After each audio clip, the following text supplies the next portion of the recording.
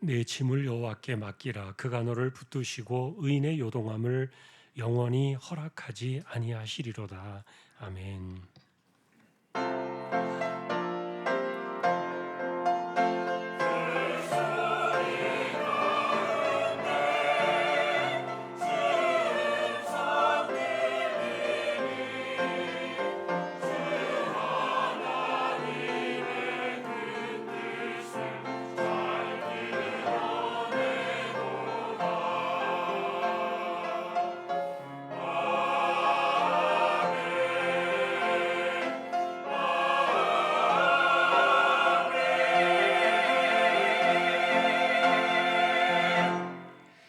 하나님 아버지 감사합니다.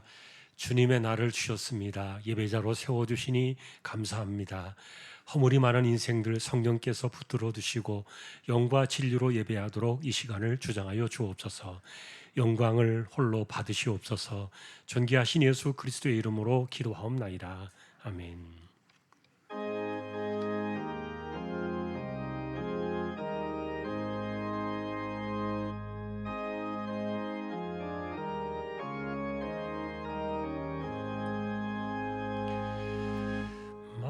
만복의 근원 하나님, 온 백성 찬송 드리고 조천사여 찬송하세. 찬송 성부 성자 성령.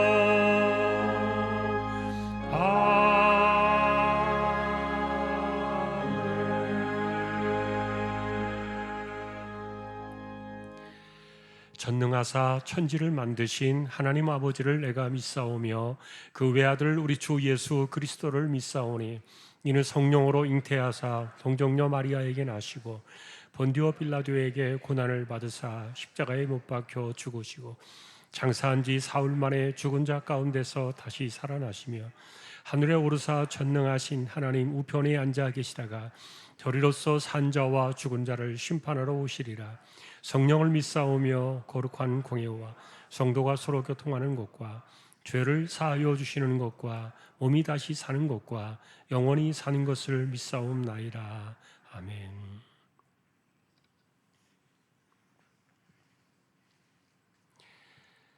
여호와여, 내가 주께 피하오니 내가 영원히 수치를 당하게 하지 마소서.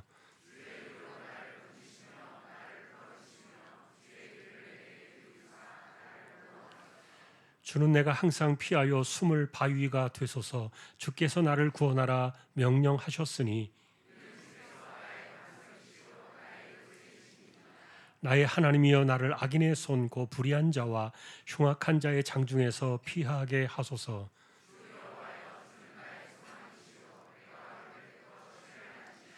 내가 모태에서부터 주를 의지하였으며 나의 어머니의 배에서부터 주께서 나를 택하셨사오니 아멘.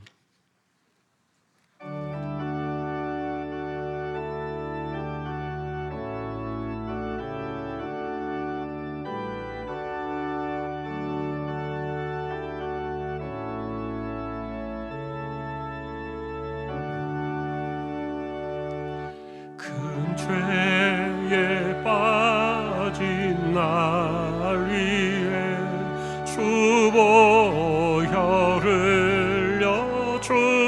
흘려주시고 또 나를 오라 하시니 주께로 거듭갑니다.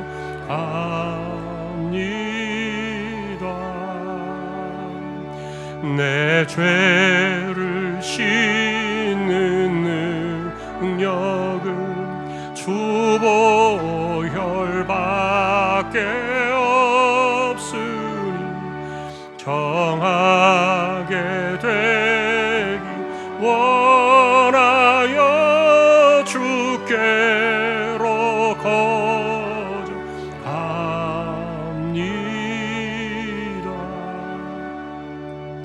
큰 죄악 씻기 원하나 내 힘이 항상 약하니 보혈의 공로 믿고서 주께로 거듭합니다.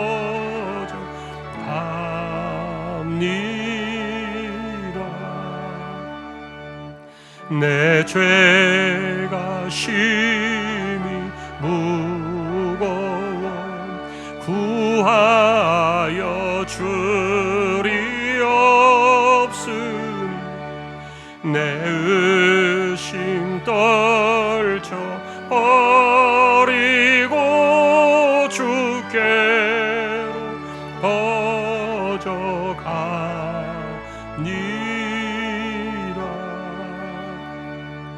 죄 용서하여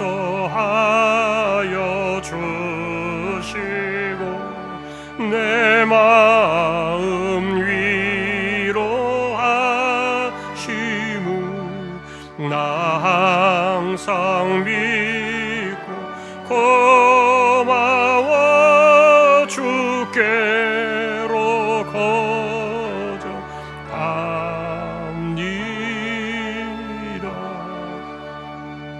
주 예수 베푼 사랑이 한없이 크고 넓으니 내 뜻을 모두 버리고 주께로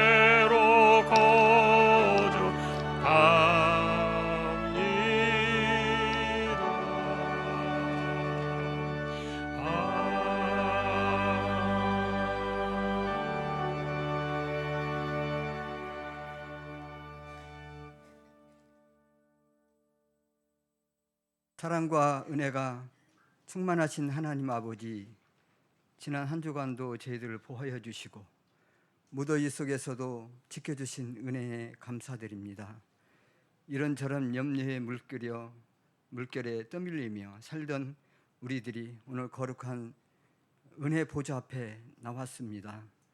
주님 안에서 평안을 누리고 싶지만 염려와 근심으로 우리 마음의 풍랑은 그칠 줄 모르고 순간순간마다 우리의 생각을 지배하고 있습니다. 바람과 파도를 꾸짖어 잠잠케 하신 주님, 우리 속에 일고 있는 염려와 근심의 파도, 의심과 두려움의 파도, 무기력함과 나탐의 파도를 꾸짖어 주시기를 원합니다. 미움과 시기, 질투, 파도도 꾸짖어 우리에게 무서워하느냐 말씀하시는 주님, 주님의 음성에 오늘도 믿음으로 반응하게 하시고 그리스도 안에서 두려움이 사라져 참 평안을 얻는 예배의 시간이 되게 하여 주시옵소서. 이 세상의 진정한 주인이신 하나님, 무더운 날씨에도 견디며 내며 하나님을 찾아 이 목마름을 떠올리게 하시는 생수와 같다고 고백한 잠언의 저자는 노래하였습니다.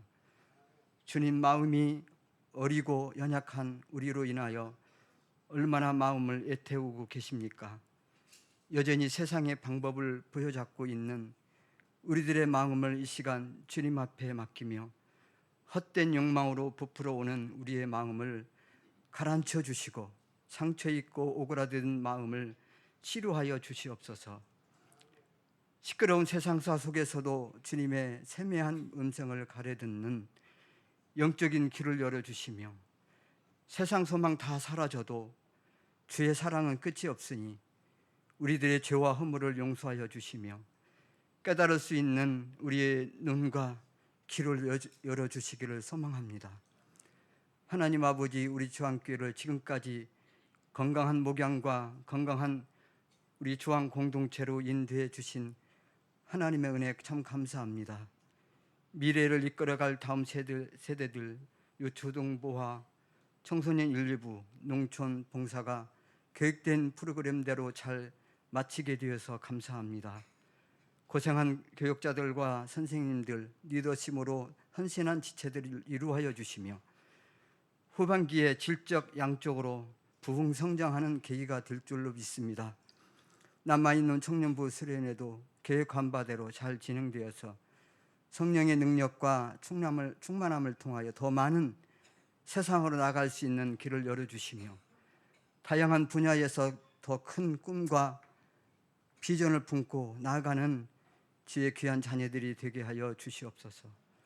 특별히 고3 학생들과 수능을 앞두고 있는 주님의 자녀들을 생각하사 은혜를 주셔서 그동안 기도와 노력의 성과들이 나타나도록 간섭하여 주시기를 소망합니다.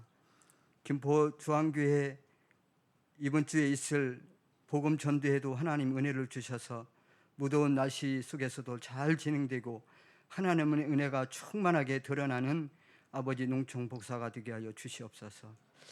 은혜가 풍성하신 하나님 아버지, 이 더위 속에서도 질병으로 고생하는 지체들, 연세 많으신 분들, 또한 경제적으로 힘든 지체들, 자녀들로 인하여 눈물로 기도하시는 분들 하루속히 회복의 은혜를 경험하게 하여 주시옵소서. 이럴수록 영적으로나 육적으로 믿음이 고갈되지 않도록 새 힘과 소망을 더하여 주시옵소서. 오늘도 세계 열방 가운데서 복음을 증가시키고 있는 선교사님들과 개척한 김포주한교회를 위하여 기도드립니다. 어렵고 힘든 환경 속에서 눈물로 기도하며 한 영혼 한 영혼을 애타게 바라보시는 주님, 많은 사람들이 죽게 돌아오는 역사가 있게 하여 주시옵소서. 주님, 이제 저희들이 하나님의 말씀을 듣고자 합니다. 말씀을 선포하시는 담임 목사님을 영육이 강건하게 하시며 성령 하나님의 역사하심이 충만하게 임재하여 주셔서 듣는 저희 모두에게 십자가의 사랑이 더 충만하게 임하기를 소망합니다. 하나님의 말씀은 영원함을 믿습니다. 그 말씀은 영원한 생명이요 반석이시요 요새이시요 영원한 승리임을 믿습니다. 우리의 육체와 영혼과 환경과 모든 것을 다 변화시킬 수 있는 이 놀라운 은혜의 말씀이 되게 하여 주시옵소서. 이른 아침 일찍부터 여러 모양으로 예배를 위해 섬기시는 헌신자들, 또 지체들이 있습니다. 그 수고와 헌신을 주님 아시오니 늘 필요에 따라 공급하여 주시옵소서. 예배 가운데 하나님께 믿음을 담아 올려드리는 찬양대의 찬양을 기뻐 받아 주시고 우리 모두에게 큰 은혜가 임하는 복된 시간 되게 하여 주시옵소서. 우리의 참목자가 되시는 예수 그리스도의 이름으로 감사기도합나이다. 아멘.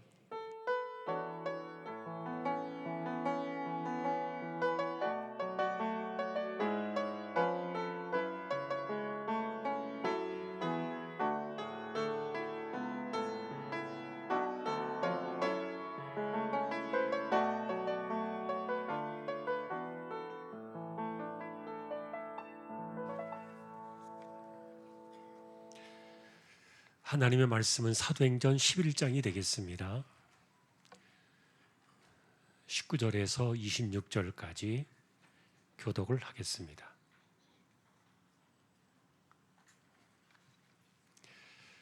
제가 먼저 보겠습니다.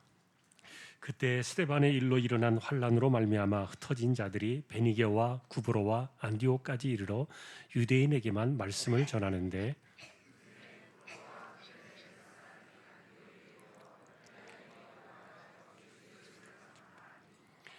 주의 손이 그들과 함께 하심에 수많은 사람들이 믿고 주께 돌아오더라.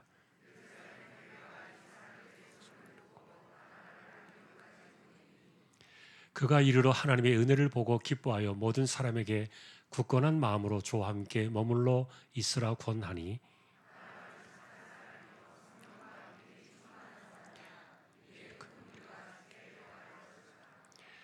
바나바가 사울을 찾으러 다소에 가서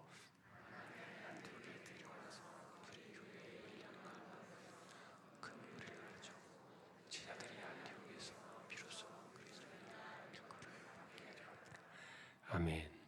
교회 소식입니다. 주보 12쪽 함께 해주시기 바랍니다. 이번 주 성경 읽기는 예레미야 11장에서 30장까지가 되겠습니다. 어제까지 적립된 낙헌 예물은 5,068만 8,749원, 67.82% 적립이 되었습니다. 어제까지 청소년부 수련회가 은혜 가운데 마쳤고요. 이제 청년부 수련회가 다음 주에 남아 있습니다. 이번 돌아오는 토요일 날은 농촌봉사 김포조항교회 전도팀 출발하게 되겠습니다. 교회 출발은 오전 9시가 되겠습니다. 우리 함께 또 시간 내셔서 전도의 일에 참여해 주시면 좋겠습니다. 하반기 성경연구원 이제 함께 하실 분들 또 모집합니다. 신청서는 로비에 있습니다. 그리고 9월 달부터 부부반 14기가 또 시작이 되겠습니다. 함께 하실 분들도 준비하셔서 참여해 주시면 좋겠습니다. 이번 주 금요일에는 김영근 선교사님 선교 보고로 금요 집회 때 또 말씀 전해 주시겠습니다. 지난주 중에 장인석 집사님, 김수영 집사님 가정에 그리고 김은정 A 집사님의 가정에 각각 모친의 장례가 있었습니다. 또 서로 위로의 교제가 함께 하시기를 바랍니다. 이번 주에도 교육자 휴가 있습니다. 오늘 아래 광고는 영광 법성포 굴비 직판 곽기원 집사님 사업장 소개되었습니다. 기도를 부탁드립니다. 이제 하나님 앞에 예물을 드리는 시간입니다. 정성껏 준비하신 예물을 하나님께 드리겠습니다.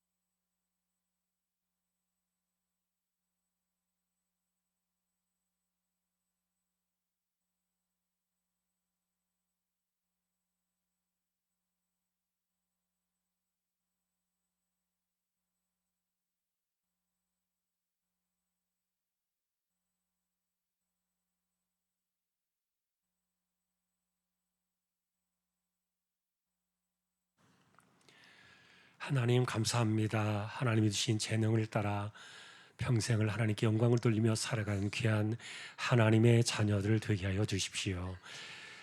믿음으로 하나님의 것을 구별하여 드렸습니다. 출연금 10의 1조입니다. 목적을 따라 선교, 구제, 장학, 차량 보이지 않는 가운데 드려지는 낙헌 예물 있습니다. 또 여기에 감사를 드립니다. 하나님 은혜를 감사합니다. 청소년부 수련의 은혜 가운데 많은 은혜 부어주심에 감사하며 이제 하나님의 영광을 위해 달려가는 인생이 되게 하옵소서. 하나님 은혜 감사합니다. 가족 모두가 믿음 안에서 살아가기를 소망합니다. 태어나게 해주셔서 감사합니다. 지켜주셔서 감사합니다. 주신 은혜에 감사합니다. 우리 가족 모두 십자가 앞으로 이끌어 주옵소서. 주님의 은혜 안에 살게 하심을 감사드립니다. 만사 형통하게 하심에 감사드립니다. 새가족 수료를 잘 마치게 하심에 감사드립니다. 삶 가운데 늘 건강 주시며 지혜롭고 복된 자녀들로 자라게 하옵소서. 가족 건강 늘 지키시고 복된 길 인도하옵소서. 한 주간도 주님 은혜로 살게 하심에 감사하며 믿음 안에서 든든히 세워지는 가정이 되게 해주시고 자녀의 삶을 인도해 주십시오. 할렐루야. 범사에 감사합니다. 주님 범사에 감사합니다. 청소년부 수련의 은혜로 인도하신 하나님 감사드립니다. 믿음의 견고함으로 세워져가는 자녀들 되도록 인도하여 주옵소서. 범사에 감사합니다. 하나님의 사랑과 은혜 가운데 어머님 장례 잘 마쳤습니다. 감사하며 주일 식사 예물로 드립니다. 늘 저희 가정을 간섭해 주시고 함께해 주시옵소서. 사랑합니다 주님. 할렐루야. 범사에 감사하며 감사 넘치는 귀한 가정으로 인도해 주시고 한마음으로 주님을 섬겨 자녀들의 기업 번창하여 앞길에 시온의 대로 활짝 열리도록 역사하여 주십시오. 가족의 건강과 삶을 주님께 맡깁니다. 손녀와 산모 건강하게 출산하게 하심을 감사드립니다. 청소년부 수련의 은혜로 다녀오게 하심에 감사합니다. 큰아들 생일 감사합니다. 계획하는 모든 것을 주님 함께하여 주옵소서. 약자와 동행하시며 참 평안을 주시는 주님을 바라봅니다. 또 하루의 삶을 주셔서 감사합니다. 청소년부 수련의 은혜로 마치게 하시니 감사합니다. 받은 은혜 잊지 않고 늘 기도하는 자녀들 되게 하옵소서. 모든 것을 감사함으로 받아 버릴 것이 없게 하라. 오늘도 우리의 손길입니다. 중심을 보시는 하나님 감사합니다.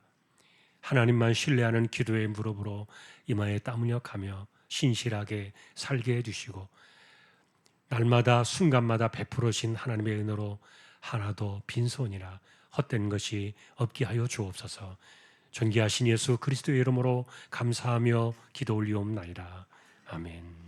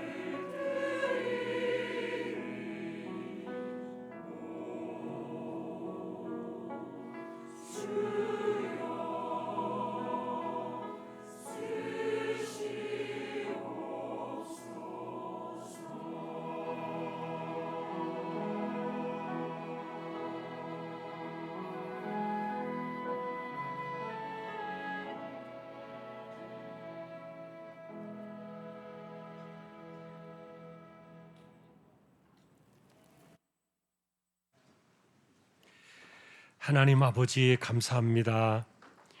오늘도 귀한 종들을 세우시고 영광을 받으셨습니다. 감사합니다. 하나님, 이제 저희가 말씀 앞에 서려고 합니다. 부족한 종과 저희 모두에게 말씀으로 충만하게 임재하여 주십시오. 존귀하신 예수님의 이름으로 기도합니다. 아멘. 오늘도 말씀의 은혜가 함께 하시기를 주님의 이름으로 축복합니다. 지난 2주간에 걸쳐서 저희는 포도나무의 비유를 찾아보았습니다. 그것은 최후의 만찬, 마가의 다락방을 나오셔서 겟세마네 동산으로 가시던 길목에서 전해주신 대단히 중요한 말씀이었다. 왜냐하면 그 밤이 지나면 예수님은 십자가의 길을 가셔야 했고, 그리고 제자들에게 설교할 수 있는 마지막 시간이었기 때문에, 그래서 우리는 이 비유를 대단히 중대하게 보았다는 겁니다. 이 포도나무의 이야기의 그 시작은 이랬죠. 하나님께서는 백성들을 택하셔서 그들을 부르시고 열매를 바라셨지만, 그러나 수천 년의 세월 동안 아무도 그 열매를 드리지 못했다. 오직 육신을 입고 이 땅에 오신 독생자 예수 그리스도, 그분만이 하나님께 참 열매를 드리게 되었는데, 더 중요한 핵심은 그분의 십자가로 인해서 우리 같은 인생도 이제는 그분 안에서 똑같은 열매를 하나님께 드릴 수 있게 되었다는 것. 여러분, 이것이 포도나무 비유의 핵심이에요. 사람들은 이 열매라는 개념을 그냥 어떤 율법이나 아니면 어떤 도덕적인 행위로 이것을 돌리려고 하는데, 그것은 그렇게 할 수 있는 부분이 아닙니다. 실제로 여러분, 예수님께서 십자가의 피값으로 우리 모두에게 대속의 은혜를 주셨지만, 그러나 그렇다고 해서 그것이 우리가 하나님께 드려야 될 열매까지 다 대신하는 것은 절대로 아닙니다. 도리어 이 포도나무의 비유는 우리도 주님처럼 하나님께 열매를 드릴 수 있는 인생이 되게 하신 것, 그것이 바로 포도나무의 비유예요. 그리고 문제는 이것이 진정한 제자의 길이고, 그리고 이것이 정말 완전한 믿음으로 하늘 곳간에 알곡이 되어서 드려지게 되는 축복의 예표다. 그래서 그날 저녁에 예수님은 제자들과 함께 동산으로 가시면서 심각하게 이 말씀을 주셨다는 거예요. 그러면서 십자가 이전과 십자가 이후의 믿음을 엄격하게 구별하신 겁니다. 진정한 제자가 되고, 그리고 하늘 창고에 알곡으로 드릴 사람들은 이후에 십자가로 찾아오게 될 그 포도나무의 열매를 드리는 사람들. 그러니 여러분, 그 밤이 지나서 골고다에 달려지게 될 하나님의 아들의 그 십자가의 사랑, 거기에서 나타나는 하나님의 사랑과 이 무한한 용서의 그 사랑을, 이 은혜를 알지 못하는 사람들은 아무리 성경을 많이 알고 아무리 성경을 많이 읽고 듣고 배운다 할지라도, 수많은 영적인 경험과 영적인 체험을 한다 할지라도, 그 십자가의 사랑에 붙어있지 않는 사람은 진정한 제자가 아니다. 그래서 예수님은 성찬을 마치시고 난 이후에 제자들에게 세 계명을 주셨던 겁니다. 너희는 서로 사랑하라. 그래야만 나의 제자가 될 것이다. 분명하게 선을 그어주셨다는 거예요. 이것은 우리도 마찬가지라고 했습니다.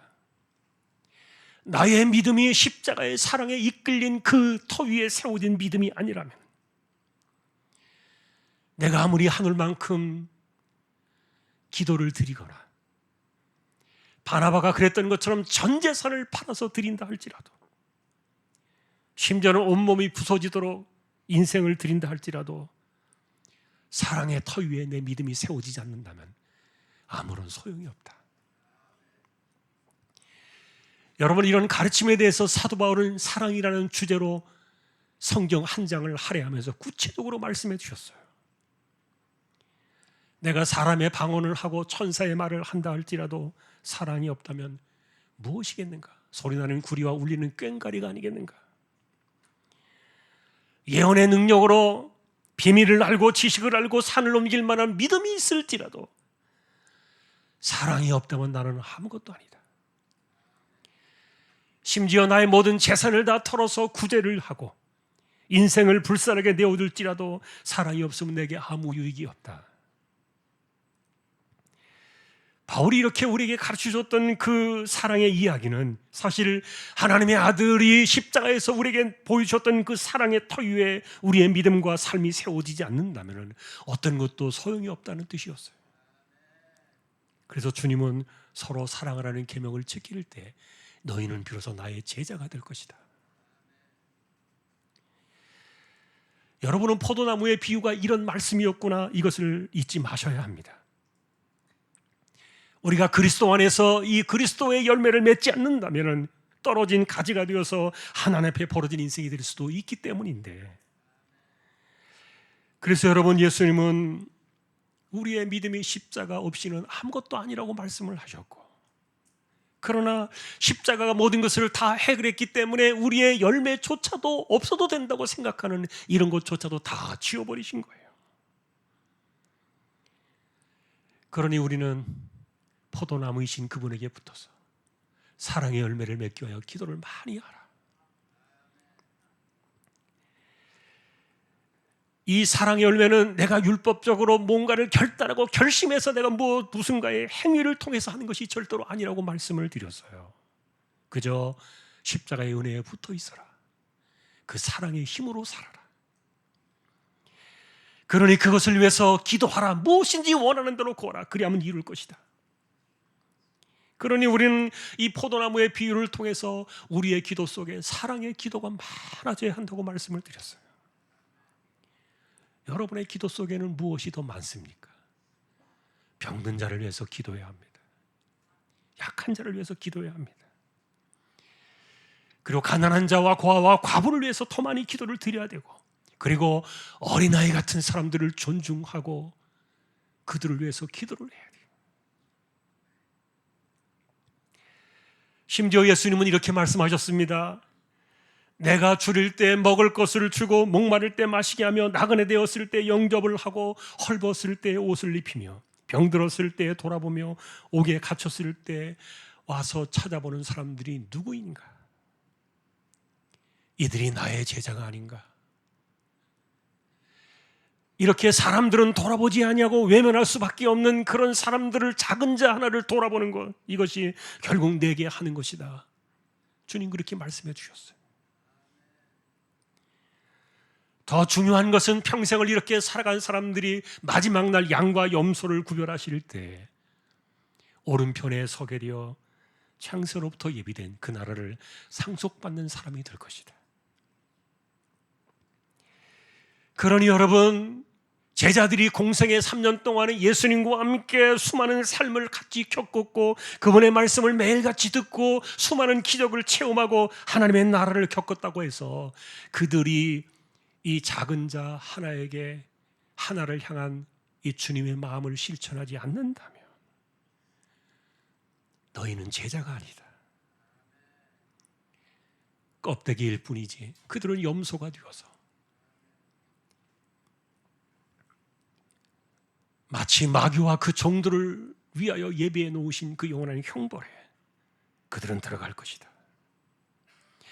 그러니 여러분, 이 비유의 내용은 좀 달라 보이지만 결국 염소의 자리에 떨어져서 영원한 불에 던져지는 그들이나 아니면 포도나무에서 떨어져 나가는 그 가지처럼 이렇게 버려지는 사람들은 누구냐? 모두가 십자가 없는 삶을 살아서 사랑의 힘으로 인생을 살아내지 않고 그렇게 살던 사람들, 다 같은 내용의 말씀이었던 거예요. 그러니 신자로 자처하면서 우리의 삶 속에서 이 십자가의 은혜를 저버리는 사람들이 아무도 없기를 축원합니다. 사랑이 없는 마음과 행실로 모양만 신자처럼 가지고 있으면요, 주님이 슬픕니다. 하나님을 슬프시게 하는 사람이고, 그리고 그런 사람들은 수많은 사람들에게 상처를 줄 겁니다.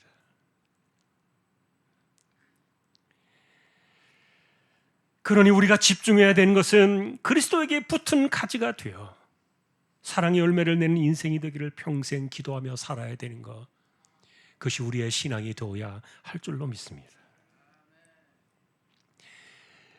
교회 역사 속에서 이것은 한 번도 고쳐진 적이 없습니다. 그리고 사라진 적도 없고요. 그리고 이 주제는 도리어 새로운 이름 하나를 얻게 되면서 더욱 빛을 내기 시작합니다. 오늘 본문이 그 내용에 출발을 알리고 있어요.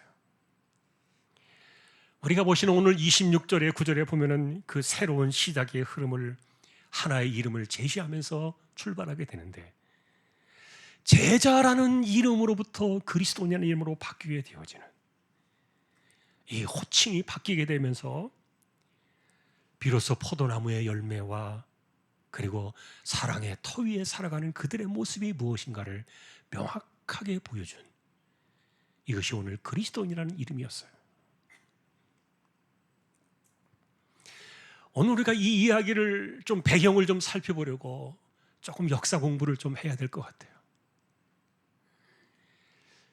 오늘 성경의 이야기는 안디옥이라는 이방 지역에 세워진 교회의 이야기입니다. 그리고 이 교회는 훗날에 최초로 선교사를 파송한 그 교회이기도 하고요. 2000년 전 이 교회 안에서 무슨 일이 벌어지고 있었다는 겁니다. 여러분, 그 이야기의 시작은 19절인데 19절의 그때라는 이 단어는, 그 시간은 베드로가 요빠에 머물면서 환상을 보고 그리고 이방인 유대인 가리지 말고 복음을 모두에게 전하라 하셨던 그 계시를 받던 그때였어요. 사실 당시까지도 교회조차 복음은 유대인들만의 특권이라고 여겼는데, 그런데 이 복음이 사마리아를 넘어서 땅끝으로 확장되어지는 것을 보면서 주님께서 베드로를 급하게 깨우치기 위하여 부르셔서 계시 하나를 보게 하셨던 거예요. 물론 그 사건은 고넬료라는 로마 군대 백부장을 구원하시려고 이루신 사건이었지만 어쨌든 하늘에서 보자기 환상이 내려옵니다. 그리고 그 안에는 부정한 음식이 가득했는데 이것을 먹으라 하셨지만 베드로는 3번이나 먹을 수 없나이다 거부했던 그 사건이었어요.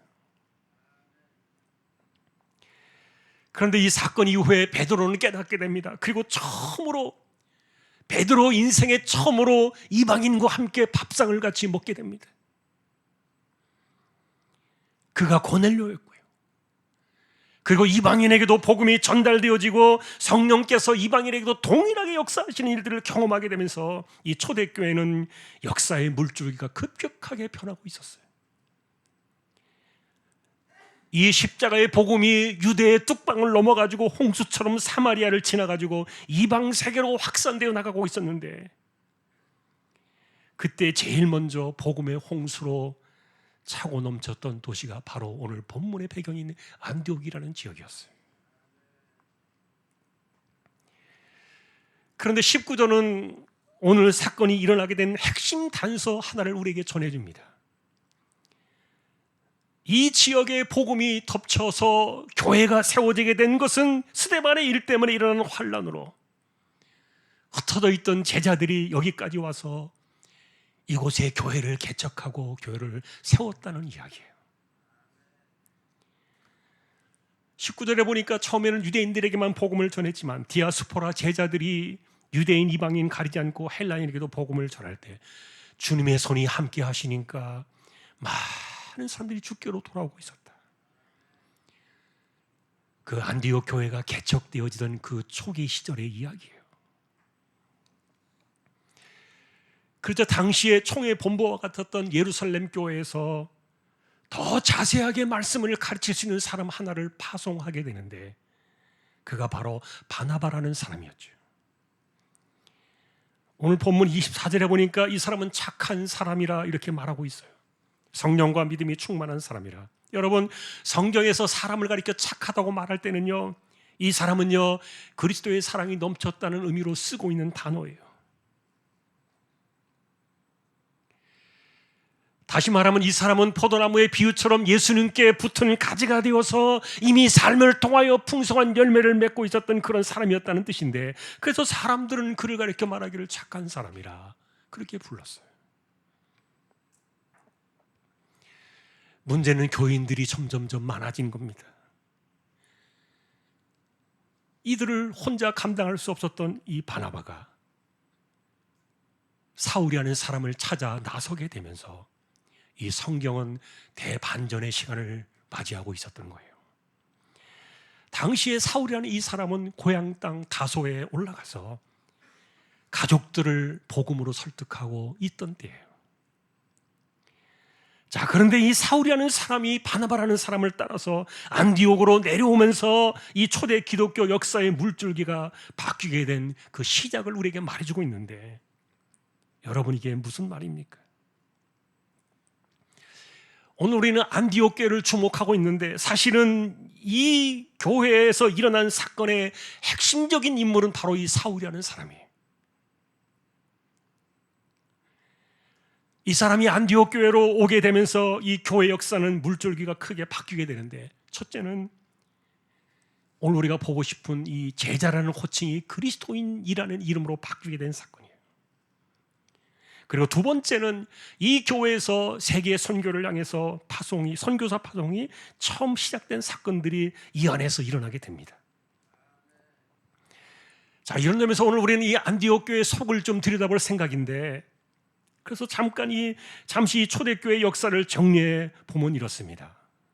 시간을 거슬러 올라가서 우리 예수님께서 십자가에 달리셔서 죽임을 당하시고, 그리고 3일 만에 부활하셔서 40일 동안 제자들과 함께 계시다가 승천하신 그 해는 AD 30년이라고 역사는 기록을 하고 있어요. 그리고 그 해에는 교회가 한날에 3,000명, 5,000명이 몰려와서 한꺼번에 세례를 받을 정도로 급성장하고 있었는데, 그런데 그 성장 못지않게 핍박을 하는 이 외부 세력의 이 위험 역시 크기가 만만치 않았어요. 그러던 와중에 최초로 안수집사로 세워졌던 7명 가운데 한 사람이었던 스데반이라는 집사님이 교회 최초로 돌에 맞아 순교를 당하는 대참사가 일어났던 거예요. 이것은 십자가와 부활이 있던 AD 30년 그 해의 사건이었고, 그리고 교회가 폭발적으로 막 성장하던 그 즈음에 갑자기 일어난 참극이었기 때문에 이 사건은 교회에 굉장히 큰 어려움을 주었습니다. 더군다나 여러분, 이 스데반의 사건은 예루살렘 도성 한복판에서 대낮에 일어나고 있었기 때문에 당시에 스데반은 처참한 모습으로 죽어가면서 두 개의 고백을 남겼습니다.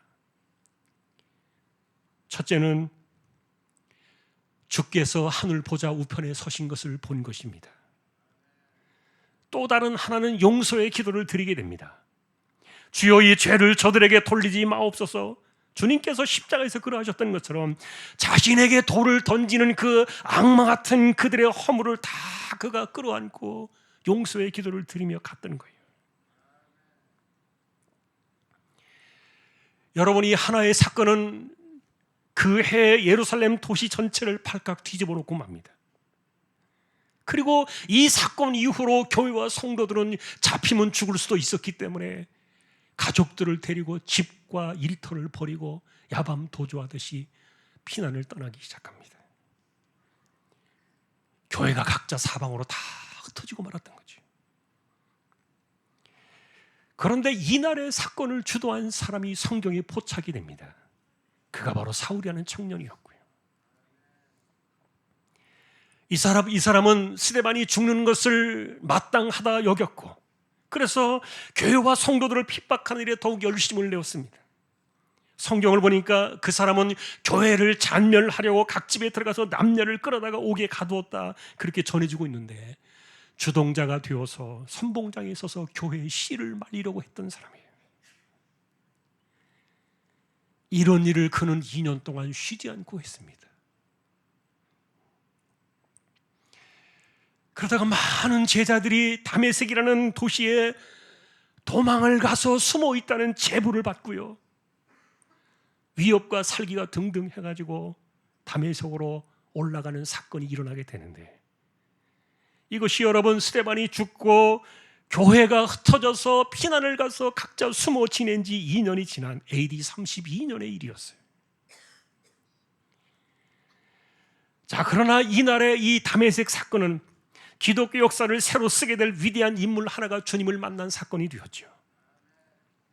악랄하고 집요하게 교회를 핍박하던 청년 사울이라는 사람이 다메섹 가까운 길 한복판에서 대낮에 태양빛을 능가하는 찬란한 빛 가운데 나타나신 부활의 주님을 만나는 겁니다. 그날에 그는 거기에서 고꾸라지고 말았습니다. 예수를 대적하는 이것이 하나님을 위하는 일이라고 여겼던 그 자리에서 그는 주께서 단순한 인간 예수로 십자가에 죽은 사람이 아니라 그분은 하나님 그분과 같은 영광에 계신 것을 그가 보았기 때문인데, 그래서 물었습니다. 주여 누구시니까? 나는 네가 박해하는 예수니라. 여러분, 예수라는 그 이름은 아무것도 아니라고 생각했던 그 이름 하나가 그날의 하나님의 영광의 자리에 서 계신 모습을 그가 들을 때 그는 죽은 자처럼 엎드리지 않을 수가 없었던 거예요.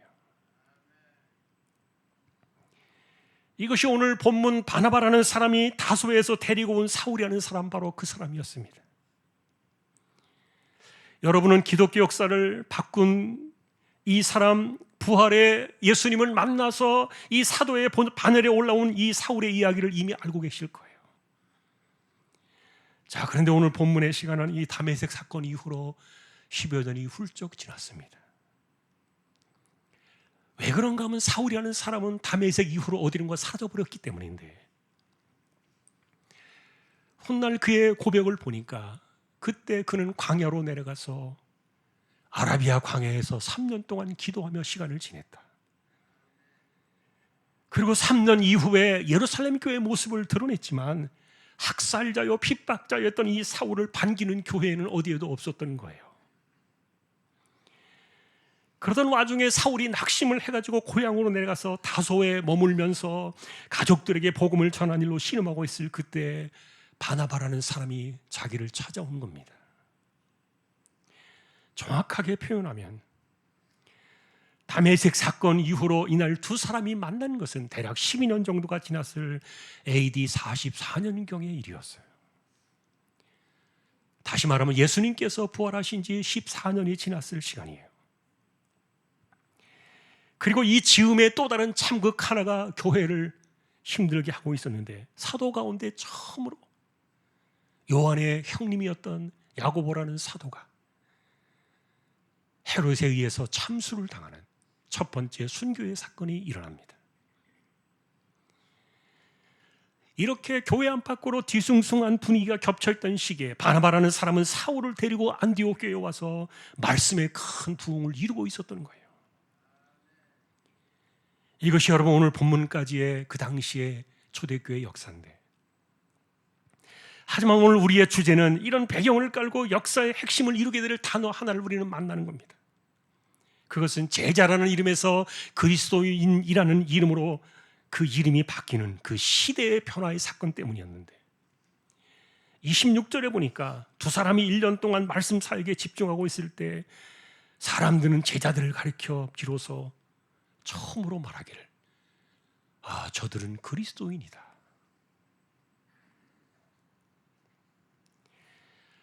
여러분, 저는 이 포도나무의 비유를 소개하면서 열매가 뭐냐를 주목했습니다. 포도나무가 포도를 맺는 것처럼 주님에게 붙어있는 가지는 당연히 주님을 드러내는 것이라 이렇게 말씀을 드렸는데, 이것을 주님은 너희가 서로 살아가는 그 계명에서 이것을 가르쳐 주셨고, 그리고 이런 사람만이 나의 제자가 될 것이라는 진정한 믿음의 의미를 가르쳐 주셨는데, 그런데 그로부터 14년이 지난 이 즈음에 안디옥에 세워진 이방 교회에서 제자들은 충실하게 말씀을 따라서 사랑의 삶을 살고 있었고, 다시 말하면 그들은 사랑에 매여서 그 사랑의 힘으로 그리스도를 드러내는 사람들로 살고 있었던 거예요. 이런 모습들을 바라보면서 교회와 제자들을 가리켜 그리스도를 드러내는 그리스도인이라 이렇게 이름을 붙여주었는데, 여러분, 그리스도인이라는 그 이름은요, 그리스도를 드러내는 사람이라는 뜻이에요. 자, 그런데 안디옥 교회가 이런 호칭을 처음으로 얻을 수 있는 배경에서 빼놓을 수 없는 사람이 사울이었다는 겁니다. 다시 19절로 돌아가서 보시면은 이 안디옥 교회가 세워진 그 자체가 어떻게 세워졌느냐? 스데반의 순교 때 야밤 도주에서 피난을 갔던 그 교인들이, 여기저기 흩어졌던 그 교인들이 안디옥 지역에 와서 거기에서 교회를 개척해서 세운 교회가 안디옥 교회였던 거예요. 자, 그러니 그 안디옥 교회는 그 아픈 역사를 갖고 있는 거예요. 스데반의 일 때문에 자신의 생업과 가정과 모든 일터를 다 내던져 버리고 가족들을 이끌고 살기 위해서 야밤 도주를 해야 했던 그들이 도망 와가지고 세운 교회가 안디옥 교회였는데, 그러니 이 교인들을 사실은 환난과 핍박의 수렁으로 끌고 간 사람이 누구입니까? 그가 바로 사울이었던 거예요. 그런데 그때로부터 14년이 지난 이해 그가 바나바의 손에 이끌려 교회로 돌아온 겁니다. 그래서 여러분, 시간은 14년의 세월이 지났지만 그 당시에 사람들은 사울을 잊을 수가 없었던 거예요. 교회를 풍비박산낸 사람이 바로 사울이었기 때문에. 그런데 이런 사람이 회개를 하고 예수님을 믿는 제자가 되었다는 거예요.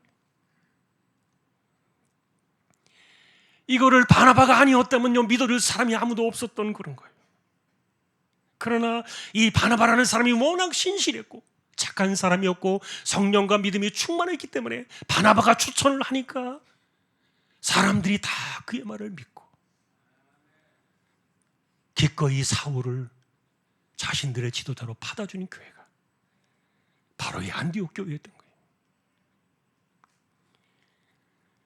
그러니 14년 전에, 10여 년 전에 있었던 그 과거의 적나라한 그 추한 그 뒷이야기를 다 잊어버린다 할지라도 중요한 것은 이런 사람이 갑자기 14년 만에 교회에 나타났는데 그것도 지도자의 자리로 이렇게 나오는 것을 용납한다는 것이 이게 쉬운 감정은 아니었다는 겁니다. 그런데 안디옥 교회는 그것을 넘어서 주님께서 말씀하신 것처럼 이 사랑의 삶을 실천하고 있었던 거예요. 이것이 여러분 안디옥 교회가 그 당시에 얻어낸 그리스도인이라는 이름의 배경이었는데, 지난번에 이 사랑의 열매에 대해서 저는 두 가지를 성경적으로 지목을 드렸어요. 첫째는 포도나무이신 그분에게 붙어 나오는 이 사랑의 열매는 뭐냐? 조건 없는 용서다. 왜냐하면 하나님 우리에게 그렇게 하셨기 때문에. 또 다른 하나는 인간의 무한한 그 허물을 덮는 것이다. 여러분, 모세 역시 백성들의 그 죄를 용서해달라고 기도를 드릴 때 이렇게 기도를 합니다. 하나님이여, 우리들의 허물과 죄를 보시지 말아 주옵소서. 허물을 덮어달라는 기도였던 거예요. 예수님이 가르치셨던 세리의 기도 역시 그랬습니다. 그가 성전에 올라가서 가슴을 치며 이를 때 하나님이여 불쌍히 여기소서 나는 죄인으로소이다. 이 말은 여러분 역시 나의 허물을 덮어주십시오. 여러분, 우리는 이런 것들이 십자가에서 제일 먼저 나왔다는 것을 우리는 계속해서 확인해 보고 있어요. 십자가는 인간들에게 조건이 없는 용서와 허다한 허물을 덮어주는 하늘의 선언이었기 때문인데, 그래서 누가복음을 기록하면서 십자가에 달리신 예수님이 제일 먼저 했던 기도를 이렇게 적었어요. 아버지여, 이 죄를 저들에게 돌리지 마옵소서.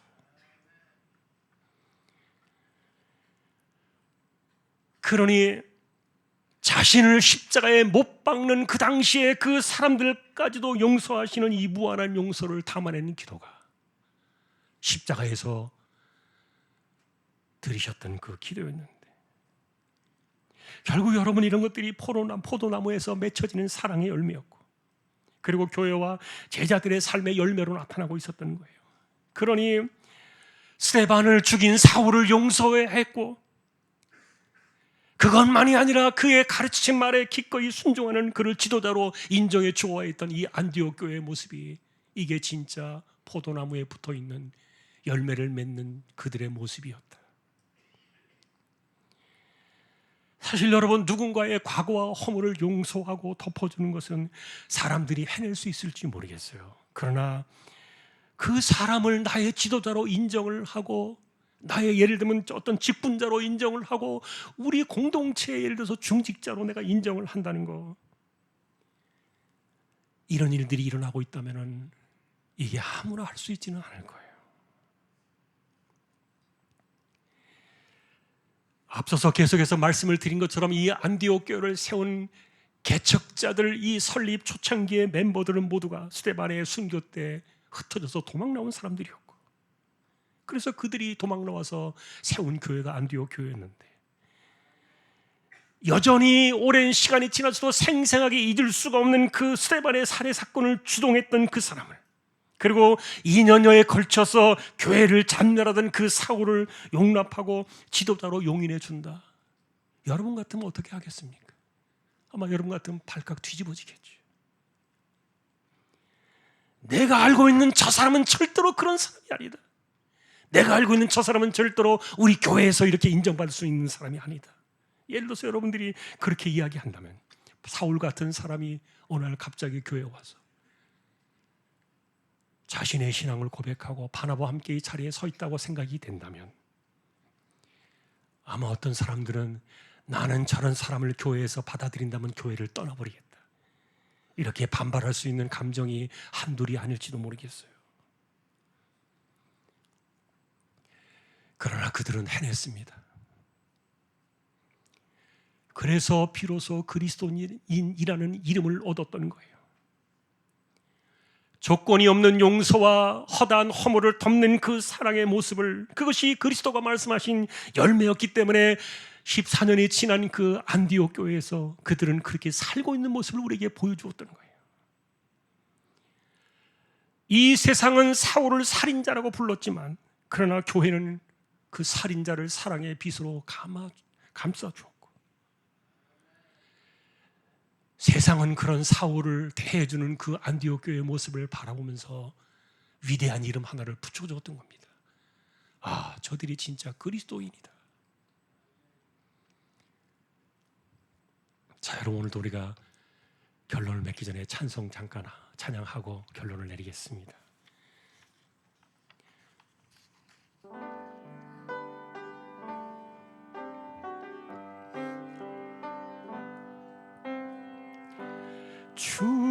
주님과 같이 내 마음 만지는 분은 없네. 오랜 세월 찾아 난 알았네. 내겐 주밖에 없네. 주 자비 강같이 흐르고 주 손길 치료하네. 고통받는 자녀 품으시니 주밖에 없네. 주님과 같이 내 마음 만지는 분은 없네. 오랜 세월 찾아 난 알았네. 내겐 주밖에 없네.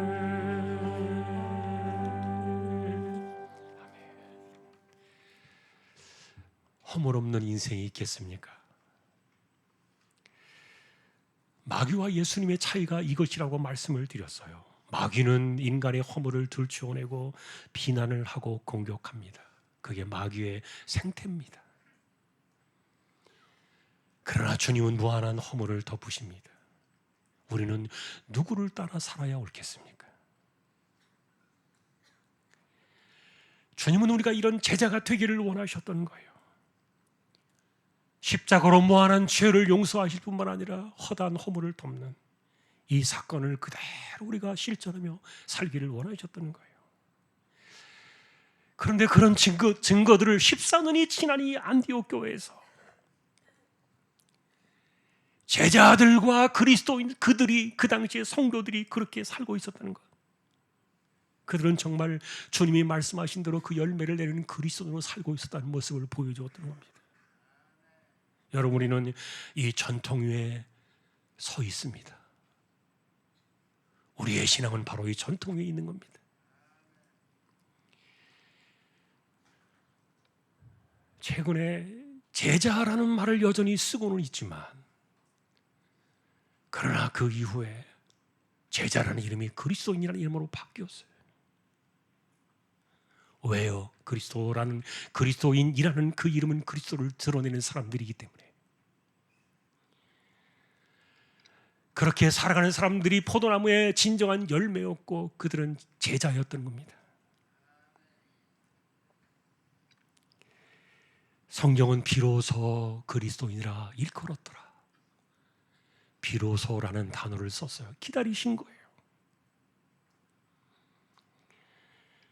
그 세월의 시간 속에서 주님을 따라가는 수많은 성도들이 바로 이 말을 듣기를 원하셨던 그 단어가 14년이 지난 그 해에 AD 44년 안디옥 교회에서 사울이라는 사람을 용납하고 그의 가르침을 따라 복음을 배우기 시작하면서 세상은 그들을 향하여 말하기를 진짜 그리스도인이다. 그러니 여러분, 살인자요 핍박자였던 사울을 용납하고 그의 가르침 아래 순종할 수 있었던 그곳에서 주님께서 원하신 그 열매를 드러내고 주님이 바라셨던 그 동일한 사랑의 마음을 가지고 살아가던 그들이 얻은 호칭이 바로 이 그리스도인이라는 호칭이었는데, 그러니 오늘도 우리는 이 말씀을 가지고 살아가면서 나는 그리스도인으로 살아야 되겠다. 아니, 나는 그리스도인으로 살고 있는가? 자신을 생각해 봐야 돼요. 나의 삶이 정말 사람들의 허다한 죄를 용서하고 수많은 허물을 덮는 이 사랑의 삶으로 내 인생을 살아가고 있는가? 그리고 나의 기도 속에는 병든 자를 위한 기도가 가득 차고 갇힌 자요, 가난한 자요, 줄인 자요, 목마른 자요, 상하고 지친 영혼들을 돌아보는 그 기도로 내 인생을 가득 채우고 있는 거예요.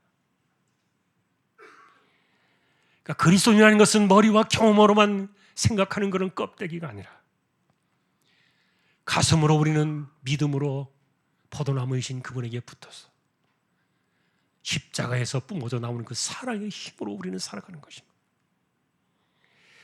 이것이 바로 포도나무의 열매요, 하나님이 바라시는 진정한 그리스도인의 삶임을 기억하는 저와 여러분 모두가 다 될 수 있기를 존귀하신 주님의 이름으로 축원합니다.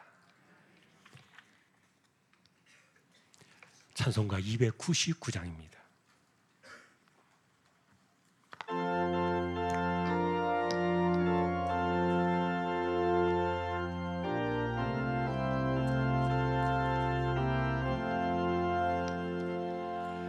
하나님 사랑은 온전한 참사랑 내 맘에 부어주시사 충만케 하소서.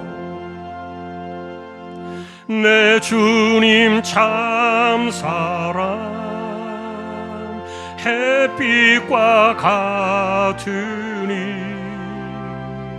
그 사랑 내게 비추사 뜨겁게 하소서. 그 사랑 앞에 풍파도 그치며 어두운 밤도 하나니 그 힘이 크도다. 하나님 사랑은 온전한 참사랑 내 맘과 영에 채우사 새 힘을 주소서. 아멘.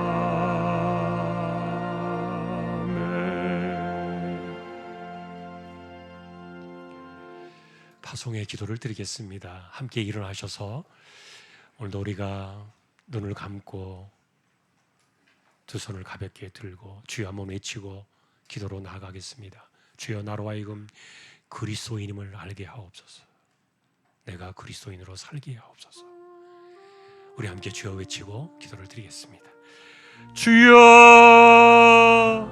하나님 아버지, 허물이 많은 인생들, 죄로 죽어 마땅한 인생들, 하나님께서 아들을 독생자 십자가에 보내셔서 무한한 용서와 영원한 용서와 허다한 허물을 덮는 이와 같은 은혜를 부어주신 그 사랑의 힘에 우리가 의지하여 동일한 그리스도 안에서의 이 사랑의 열매를 맺으며 여전히 수많은 용서와 허다한 허물을 덮는 사랑의 힘으로 이 세상을 살아내는 하나님의 자녀들을 향하여 안디옥 교회가 얻어냈던 그리스도인이라는 이름을, 이것이 바로 포도나무의 진정한 열매에 대한 확실한 증표였음을 기억하며 우리가 그리스도인의 이 전통에 서 있음을 알게 하여 주십시오. 내가 그리스도인으로 살게 하여 주시고 내가 그리스도인답게 살게 하여 주시고 나의 힘과 노력이 아니라 이 십자가의 사랑의 힘에 밀려 그 사랑의 힘에 강권하는 그 능력과 은혜로 우리 역시 동일한 열매를 맺으며 살아가는 살인자요 핍박자였던 사울을 품어주었던 그 안디옥 교회에서 비로소 얻어낸 그리스도인이라는 이 값진 이름을 이제 우리가 그 이름의 전통을 가지고 이 땅을 살아가며 주님의 참된 제자임을 드러내는 우리 모든 심령들이 다 되게 하여 주옵소서. 감사합니다.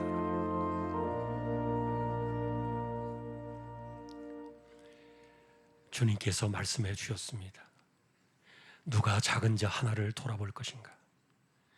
누가 어린아이 같은 심령을 존중할 것인가? 누가 병든 자를 찾아가며 약한 자를 붙들어 주며 상한 자를 치유하고 그들을 위로할 것인가? 주님께서 말씀해 주셨습니다. 그런 사람들이 나의 제자다. 주님의 말씀을 따라 14년이 지난 안디옥 교회에서 사울 살인자요 핍박자였던 그를 용납함으로 비로소 사람들이 그리스도인이라는 이 놀라운 이름을 붙여주신 것처럼 이 전통에 우리가 서 있음을 잊지 않는 우리 모두 되게 하여 주십시오.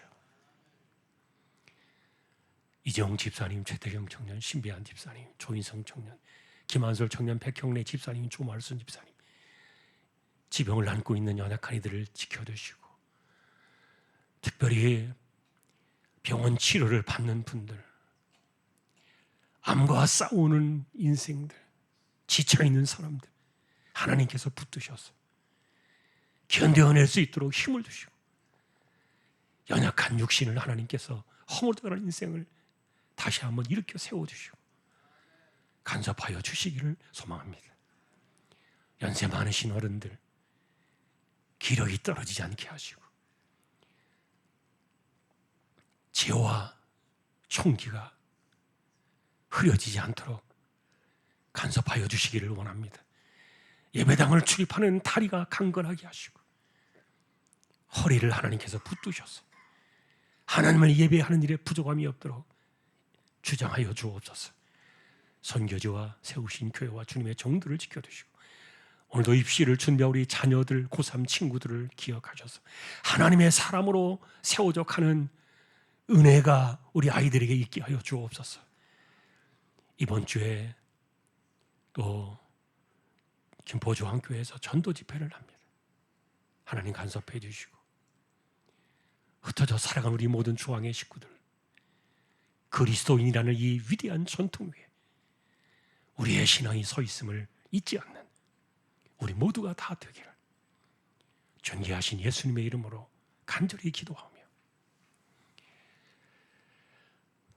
참 포도나무여 너희는 가지라. 우리에게 말씀으로 찾아오신 우리 주님 예수 그리스도의 은혜와 하나님 아버지의 사랑과 성령님의 감동, 위로, 인도, 교통, 충만하심이 그리스도인으로 이 전통 위에 믿음을 세워가기를 원하는 우리 모든 심령들, 주왕의 가족들 위해 이제로부터 영원까지 함께 있을지어다. 아멘.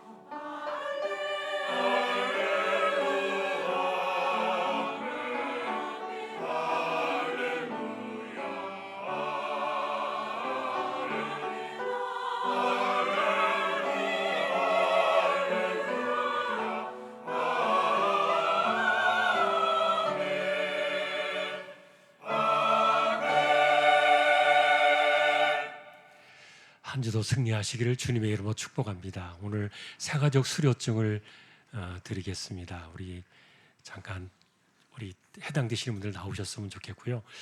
예, 그리고 장인석 집사님, 김수용 집사님 어디 계신가요? 예, 지난주 장례가 있었습니다. 우리 매화동에서 우리 오시는 집사님 가정인데 어머니 장례 잘 마쳤습니다. 우리 위로의 박수 하십시다. 감사합니다. 고생하셨습니다. 예, 그리고 혹시 이영희 권사님 오셨어요? 아까 보니까 좀 어디 계신가요? 아, 저 뒤에 계세요? 네, 우리 권사님 뇌 수술, 완전히 개복 수술 하셨어요. 근데 오래전에 이렇게 했던 수술 다시 또 하셨는데 또 돌아오셨습니다. 감사합니다. 네, 나오시죠. 우리 서월선 권사님, 오경혜 집사님, 정웅남 성대님 나오시죠. 제가 수료증 드리겠습니다. 수료증서 이름 서월선 새가두포 수료 축하드립니다. 2024년 8월 11일 대한일상교회 중앙교회 담임목사 한건수.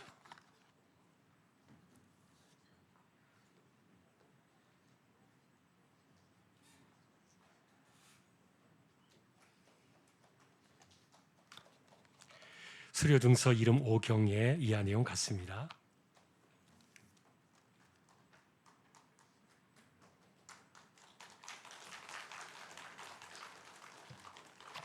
수료증서 이름 정옥남 이하 내용 같습니다.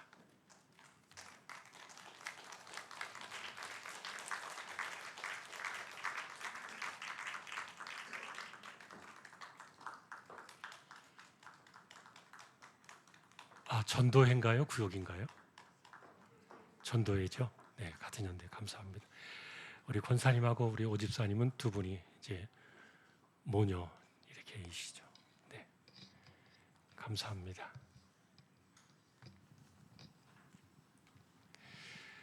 우리 교제 찬양하겠습니다.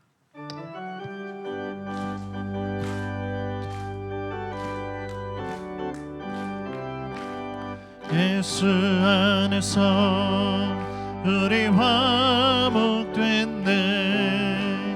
예수 안에서 우리 화목됐네. 하나님의 영광 함께 누릴 소망 있네. 예수 안에서 우리 화목됐네. 예수 안에서 우리 사랑하네. 예수 안에서 우리 사랑하네. 하나님의 영광 함께 누릴 소망 있네.